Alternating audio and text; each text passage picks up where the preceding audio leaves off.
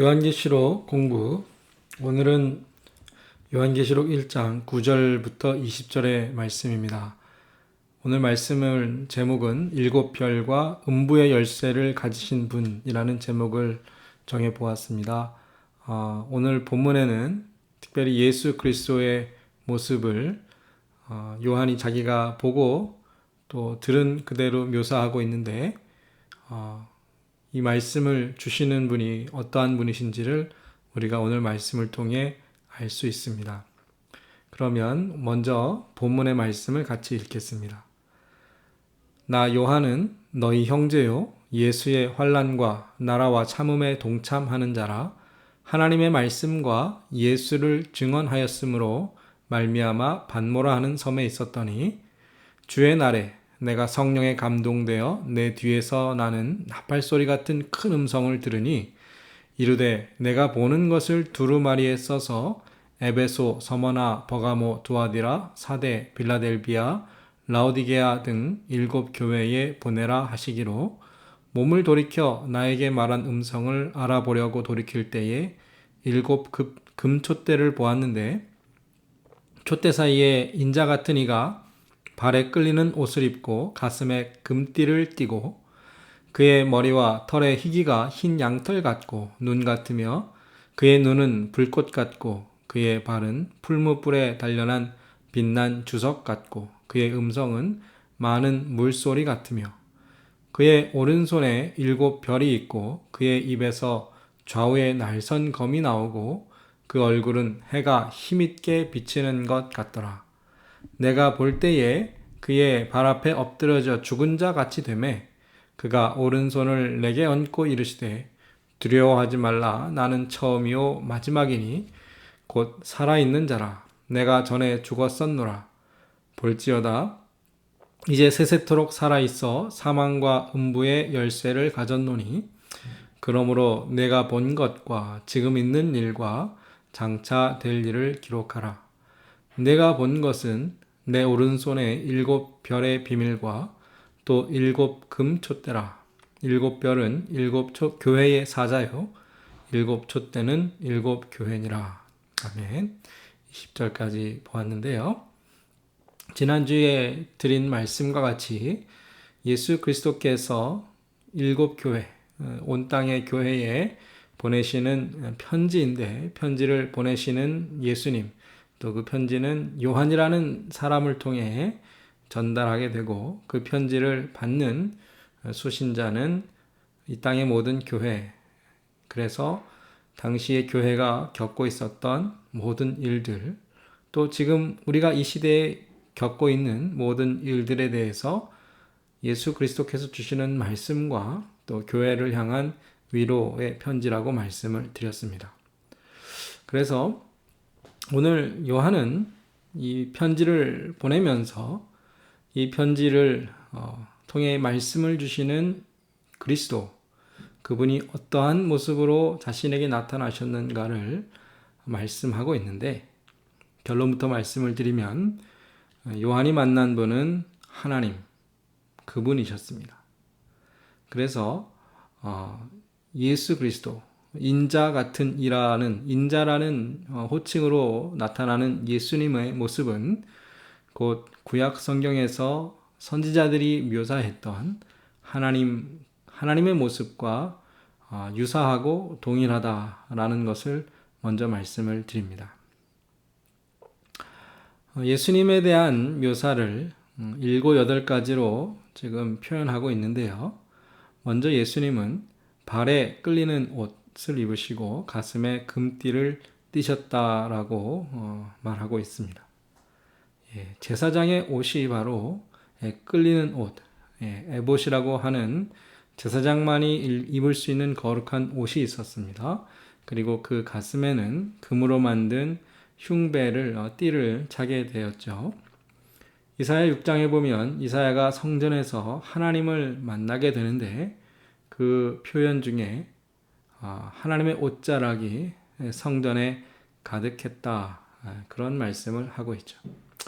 또 예수님의 머리털은 양털과 같이 눈과 같이 희다, 그렇게 말씀하는데 성경에서 희다라는 것은 거룩함과 순결함의 상징이고요. 또 고대의 흰머리, 백발은 노인의 영광이다 라고 말하는 말씀처럼 존귀와 위엄을 상징하는 그러한 표현입니다. 또 불꽃 같은 눈을 가지신 분이다 그렇게 말하는데 하나님께서는 우리의 겉모습, 속마음 모든 것을 감찰하시는 분이시죠. 또한 하나님께는 빛과 어두움이 차이가 없고 모든 것을 보실 수 있는 그 하나님. 그런데 오늘 인자 같은 이로 표현되는 주님께서 그와 같은 눈을 갖고 계셨습니다. 예수님의 발은 풀무불에 단련한 빛난 주석 같은 발이다 그랬는데 황동 그래서 단단한 금속으로 된 발. 성경에 보면 뱀이 예수님의 발꿈치를 상하게 할 것이다 그랬는데 주석과 같은 발은 아무리 물어도 상하게 할 수 없는 그러한 말이죠. 또한 거꾸로 적을 밟아 무너뜨리고 정복하여 땅을 차지하는 강한 힘을 가진 발이 바로 빛난 주석과 같은 발입니다. 또한 오른손에 7뼈를 갖고 계신다 그랬는데 통치자로서 그 백성을 지키고 보호하는 힘의 상징이 바로 오른손입니다. 이따 나오겠지만 7뼈는 교회의 사자들을 가르치는데 주님께서 그 오른손으로 붙잡고 계시기 때문에 상할 수 없고 해할 수 없고 어느 누구도 빼앗아갈 수 없는 주님께서 지켜주시는 교회와 그 교회의 성도들을 볼 수 있습니다. 그리고 많은 물소리와 같은 음성이다. 그리고 예수님의 입에서는 좌우에 나리선 검이 나온다 그랬는데 보통 칼은 우리가 손에 들고 싸우게 되죠. 그러나 예수님께서 원수와 또 악과 싸우시는 것은 진리이신 말씀입니다. 그래서 예수님의 무기는 바로 하나님 예수 그리스도의 진리 말씀으로 거짓을 이기시는 그러나 그렇게 그 무기가 바로 예수님의 입을 통해 나온다라는 것이죠. 그리고 마지막으로 예수님의 얼굴이 해와 같이 빛난다. 그래서 구약 성경에 하나님의 얼굴빛이라는 표현이 많이 나오는데 그래서 우리가 하나님의 얼굴 형상을 볼 수 없지만 그 영광을 우리가 본다라고 하죠. 그렇게 예수님의 얼굴은 감히 쳐다볼 수 없을 만큼 밝고 환한 빛나는 얼굴이었다.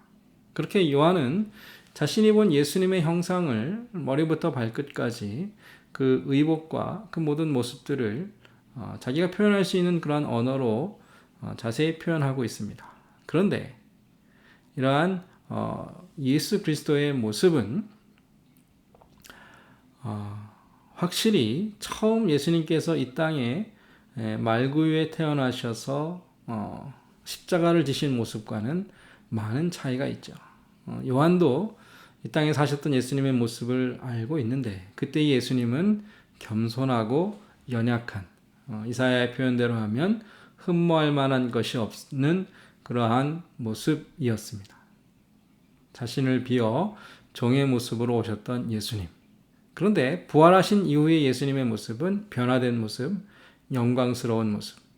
그래서 승천하시고 지금 하나님의 우편에서 또 권세를 받으시고 이 땅을 다스리고 통치하시는 주님의 모습은 힘이 있고 영광스럽고 권능과 권세와 능력이 있는 그러한 모습입니다.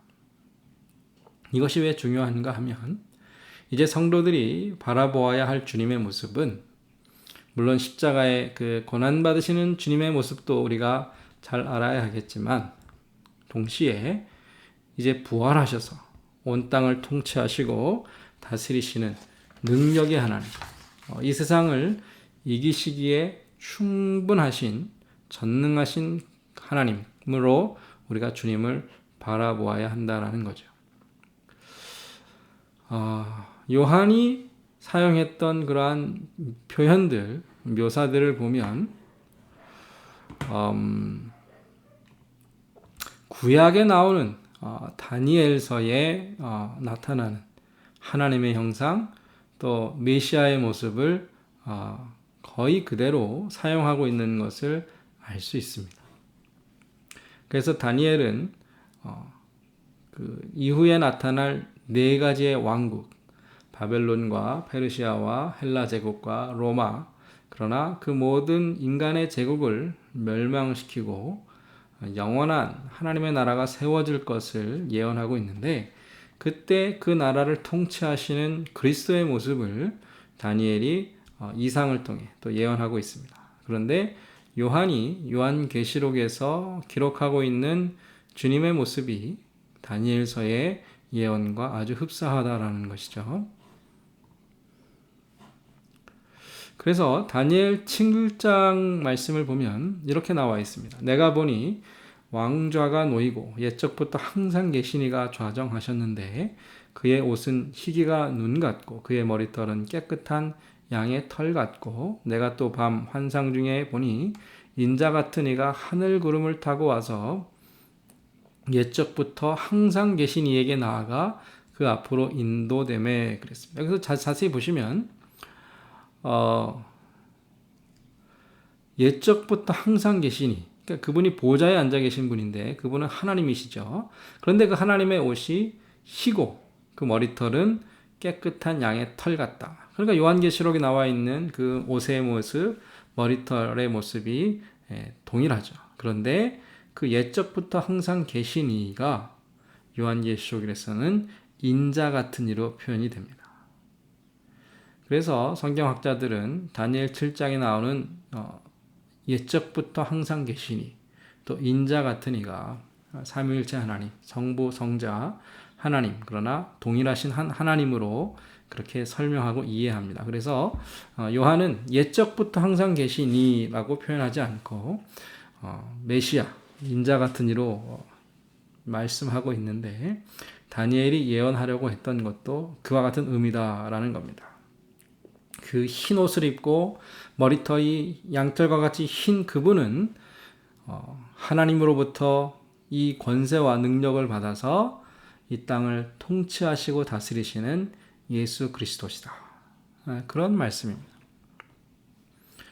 또 다니엘 10장에도 보면 그때 내가 눈을 들어 바라본즉 한 사람이 세마포 옷을 입었고 허리에는 우바스 순금띠를 띠었더라. 그의 몸은 황옷 같고 그의 얼굴은 번갯빛 같고 그의 눈은 횃불 같고 그의 팔과 발은 빛난 놋과 같고 그의 말소리는 무리의 소리와 같더라. 그랬는데 여기 표현되고 묘사되고 있는 이 분의 어떤 옷, 또 순금띠, 얼굴빛, 눈과 발의 발, 그리고 말소리, 그 모든 모습들이 우리가 조금 전에 읽었던 요한계시록 1장에 나와 있는 예수 그리스도의 모습과 똑같다라는 겁니다.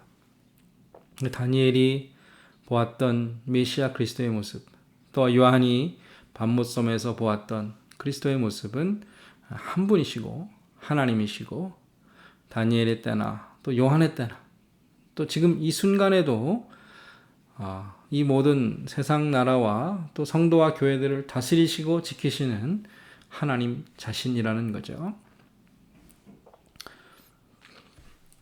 또 한 가지는요, 다니엘 10장에 이러한 말씀도 있습니다. 내가 그의 음성을 들었는데 그의 음성을 들을 때에 내가 얼굴을 땅에 대고 깊이 잠들었느니라.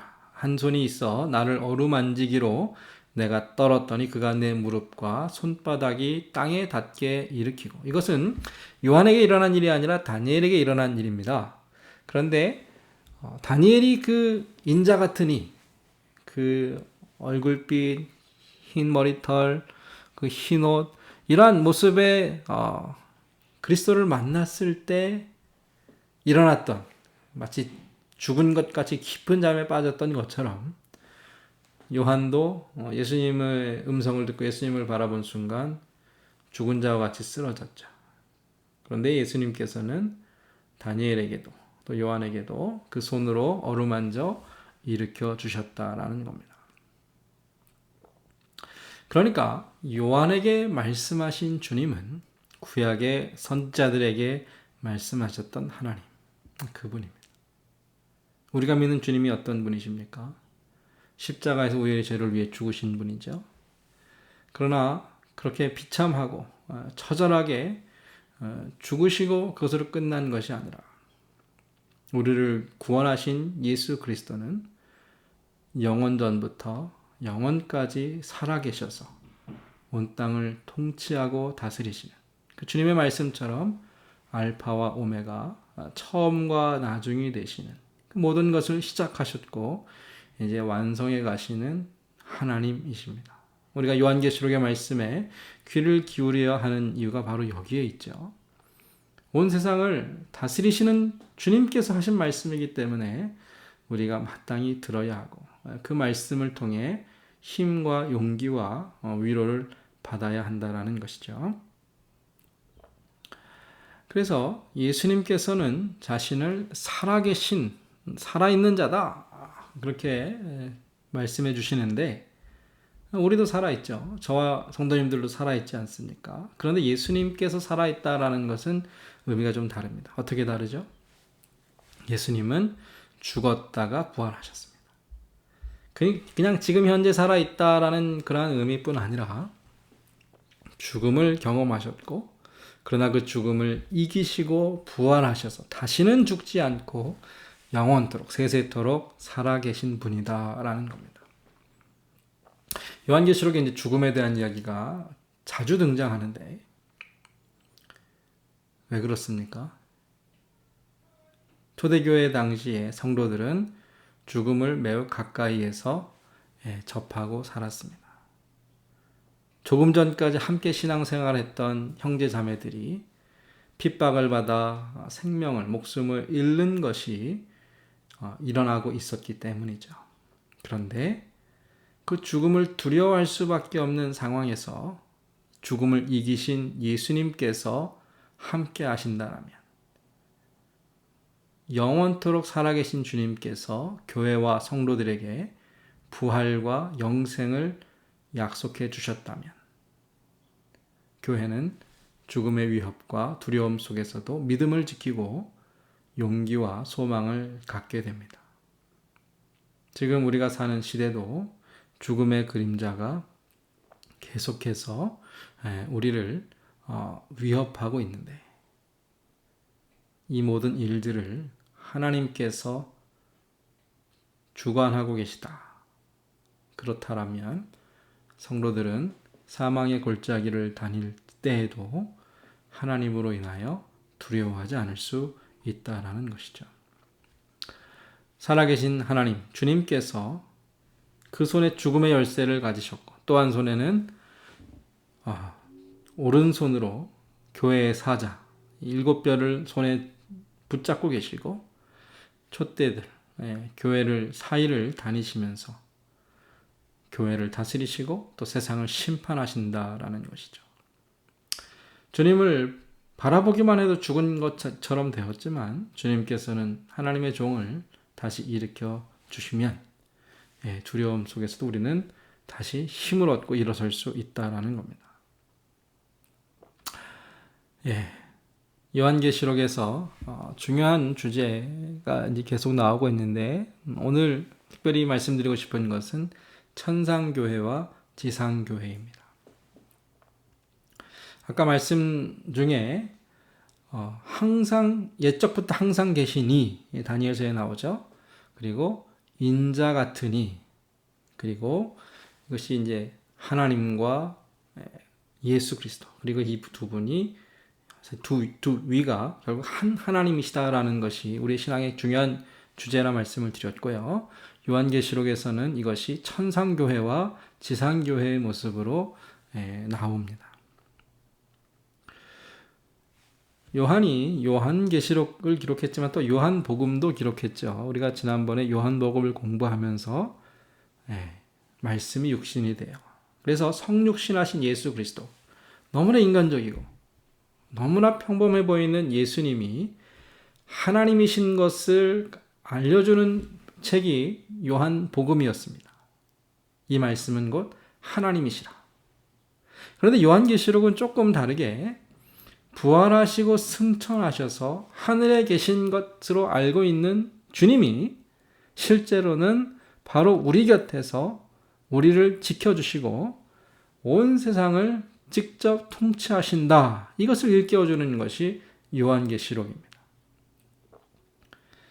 인자, 사람으로 바라보는 주님이 하나님의 아들이신 것처럼 하나님으로만 멀리 계신 것으로만 아는 주님이 인자 같으니 이 땅을 다스리시는 그러한 왕으로 주인으로 계속해서 교회에게 가르쳐주고 있다라는 것이죠. 그래서 인자 같은 이는 곧 하나님, 한 분 하나님이시다라는 겁니다.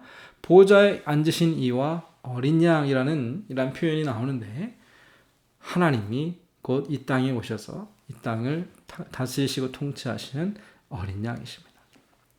보좌 앞에 켠 7 등불이 있었죠. 그것이 무엇이었습니까?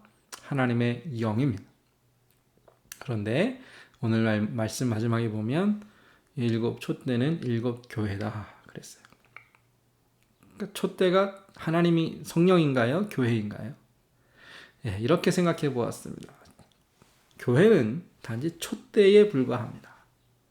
그리고 그 촛대에 교회에 성령께서 계시면 그 촛대가 환한 빛을 비출 수 있는 것이죠. 그러나 성령이 떠난 교회는 촛대만 남아있고 빛은 사라지고 어두워질 것입니다.